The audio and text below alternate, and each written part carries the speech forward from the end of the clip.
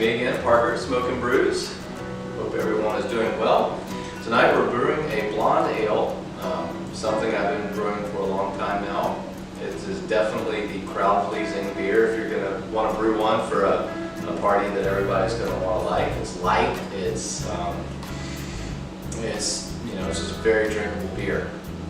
All it's got in is a little pale malt, a little vienna malt, some crystal tin, and we've got some citra hops and centennial hops and a little USO5 yeast, and that's really it. It's a very light beer.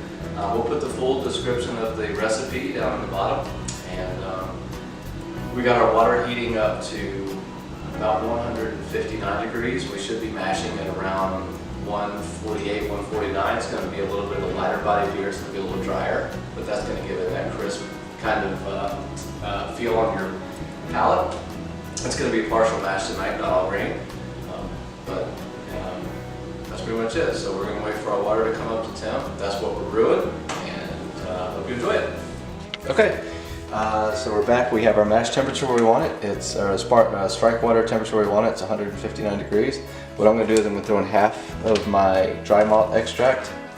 This is said to increase the pH balance a little bit.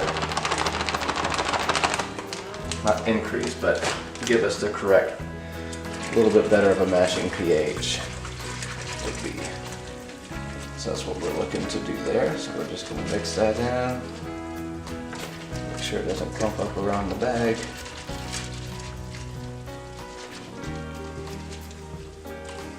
Okay. All that's dissolved. So now we'll go ahead and throw in our grain.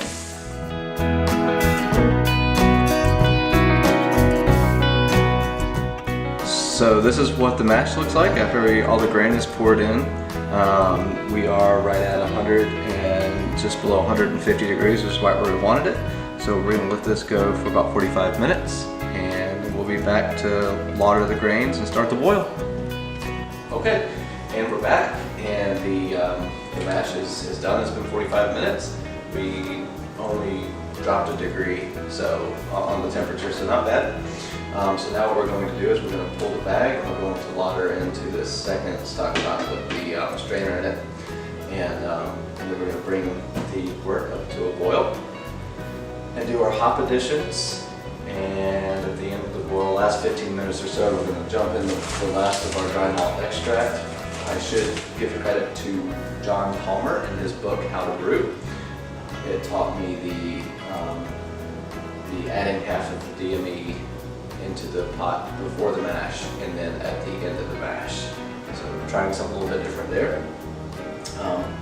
So here we go.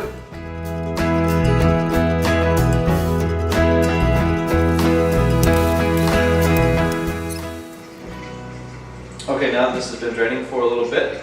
What I'm going to do is I'm going to do a quick sparge just to get my boil volume up a little bit. You can do this with 170-ish degree water, heat it up on the stove, or you can just use just some room temperature water. In my experience, I have found the difference to not be as great, so it's not worth my time to try to do that with the 170 degree water. So we're just gonna rinse the grains, a little water here.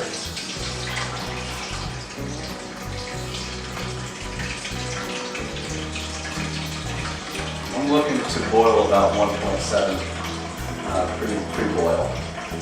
I think I'm going to be about a gallon short, so I'm going to do this real quick. This will allow us to rinse. What this is doing is this is rinsing a little of the additional sugars out of the grains. So we're going to increase our efficiency a little bit by doing a little quick sparge. So we're going to let this finish going through, and we'll see where we end up. Okay, so our grains have finished lautering. So we're going to go ahead and return this to the tank and kettle.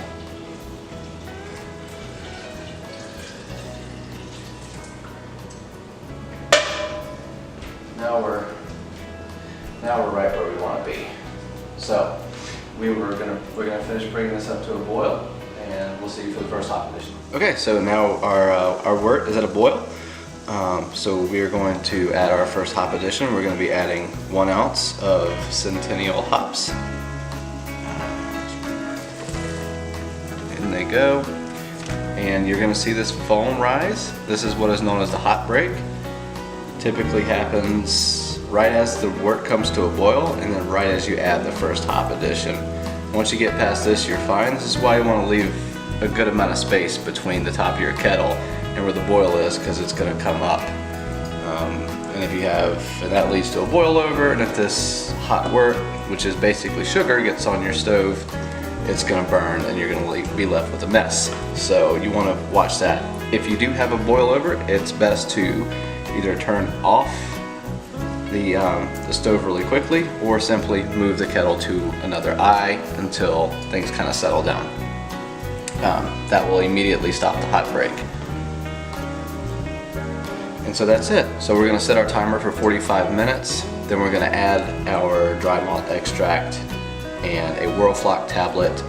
And then at 5 minutes left in the boil, we're going to add an ounce of citra hops, and that'll be that. Okay, so we have 15 minutes left in the boil. We're going to add the rest of our dry malt extract. We're going to toss in a whirlflock tablet. So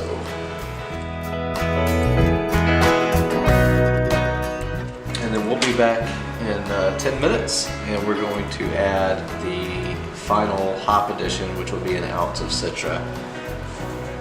5 minutes left in the boil. We're going to add our 1 ounce of citra hops. In they go. And while this is finishing up, we'll be sanitizing all of our equipment and getting ready for the cool down. Okay, so we didn't film the last part, which would be just pouring the wort into the bucket. But all we did was sanitize the bucket and put a gallon of water plus about 3/4 of a bag, a 10-pound bag of ice into the bucket, and then I poured the wort into the bucket on top of the ice. Stirred it up real good, made sure all the ice melted. That's what cooled it. And then we topped off with distilled water to our 5-gallon mark and took a gravity reading. The gravity reading was 1.044. We were shooting for 1.4046. So a little short, but not terrible. And after we poured in the rest of the water and took our sample, we stirred and aerated really good and pitched the yeast, and we set it to ferment in the Brew Jacket Immersion Pro at 66 degrees, and we'll leave it there for about 10 days or so probably. So we'll be back when that beer is ready for tasting.